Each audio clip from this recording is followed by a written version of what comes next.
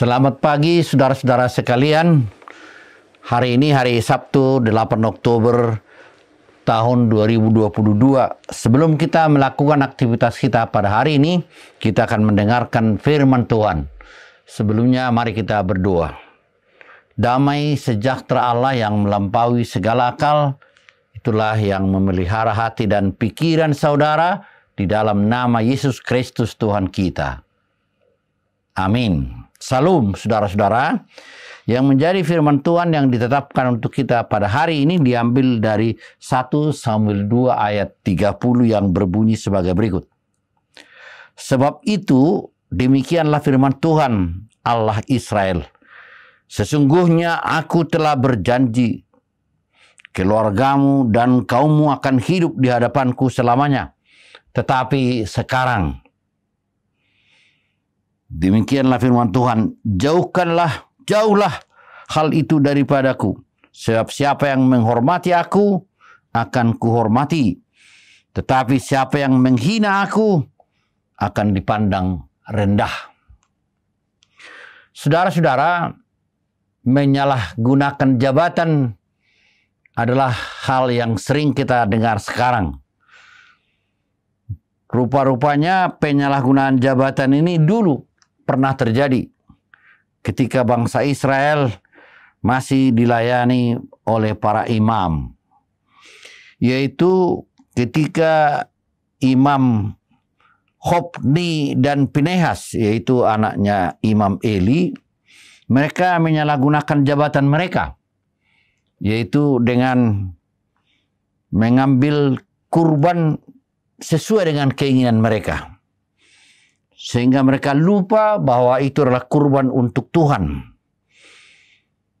Saudara-saudara, memang dalam hidup kita sering tergoda dalam kita memangku jabatan. Kita lupa bahwa jabatan itu adalah tanggung jawab kita. Bahkan dalam jabatan itu kita harus ingat ada salah satu hal yang paling penting, yaitu mengendalikan keinginan.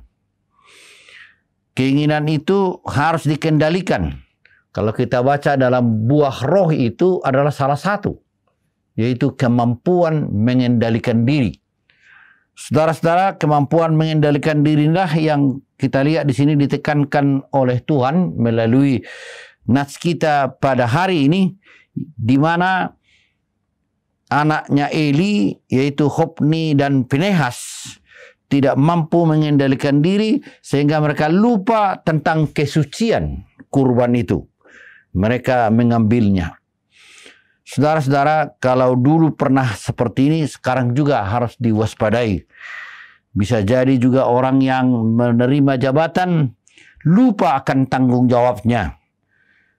Bisa sekarang kita kenal, kalau dulu ada imam, bisa jadi sekarang ada yang kita kenal perhalado di gereja. Perhalado juga akan diingatkan bahwa jabatan mereka itu adalah tanggung jawab.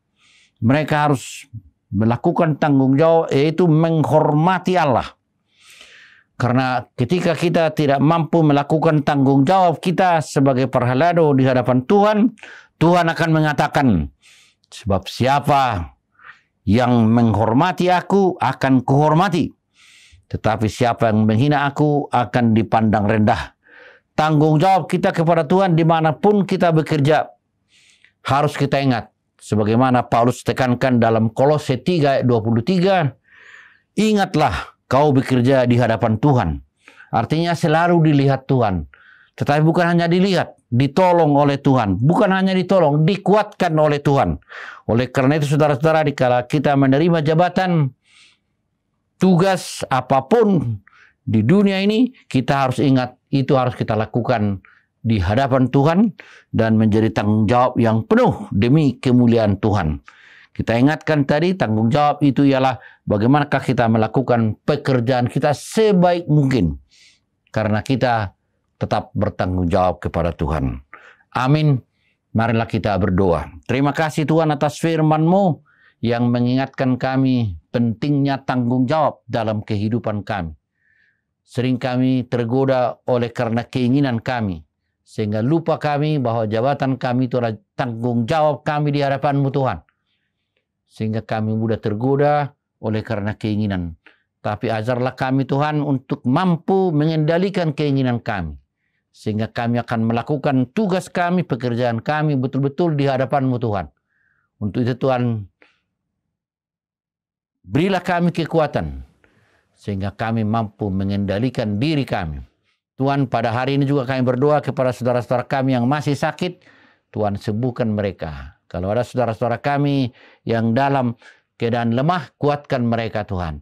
Kami percaya Tuhan dalam melakukan tugas kami pada hari ini, Tuhan memberkati kami dan menguatkan kami. Terima kasih Tuhan, kami berdoa di dalam nama anak-Mu Yesus Kristus Juru Selamat kami. Amin. Anugerah Tuhan Yesus Kristus, kasih Allah Bapa dan persekutuan Roh Kudus, itulah yang menyertai saudara sampai selama-lamanya. Amin.